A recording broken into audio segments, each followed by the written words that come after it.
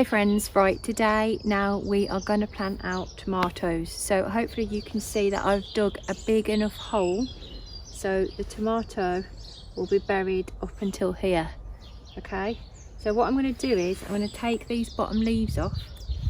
I hope you can see this because I can't see what I'm doing on the camera. I'm going to pinch those leaves off because roots will grow from this whole stem.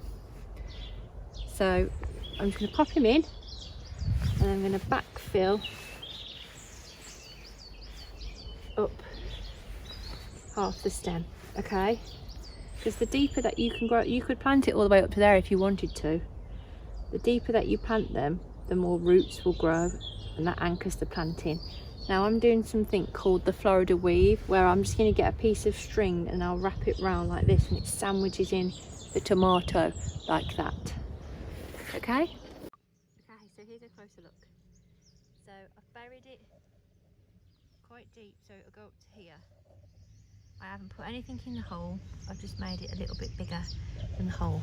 So I'm going to pinch, literally just with my nail, pinch these leaves off. Sorry, the allotment is very loud today.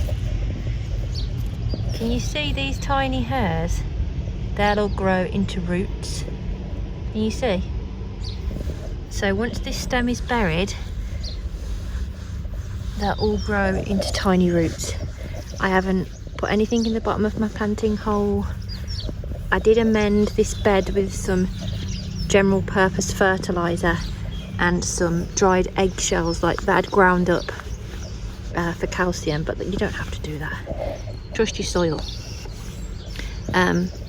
Obviously I've only grown tomatoes in the ground once, but that was in a raised bed. This is just the soil of my allotment. Now how I'm showing you here is exactly how you'll plant them in a pot. So if you're not growing in the ground and you're growing in pots, you just do it exactly the same. Sorry, I live by an airport.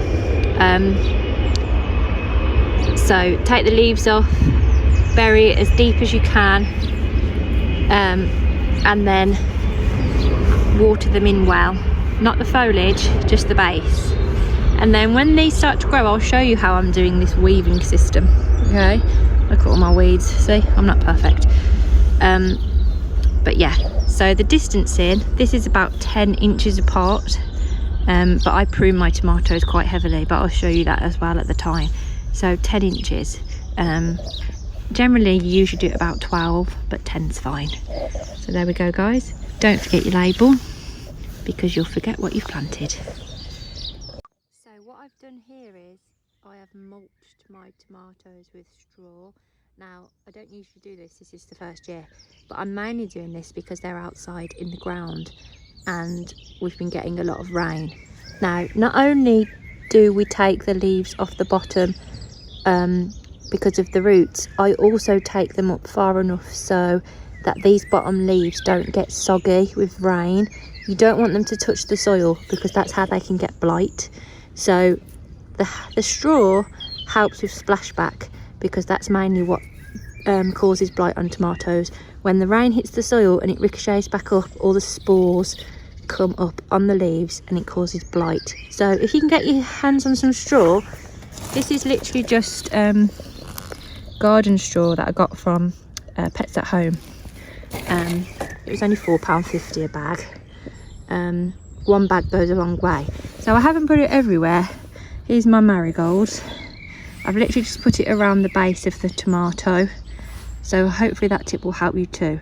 You don't necessarily have to do this in a pot, but it might help because obviously it keeps water retention in the soil as well. It keeps the regulation of the water consistent, which is what you want with tomatoes as well, because otherwise it causes blossom end rot. So these are just some tips that I do and that I hope help you. So just remove the lower leaves and mulch if you can. Don't worry if not, just try and remove the leaves so the rain with the splashback doesn't affect them.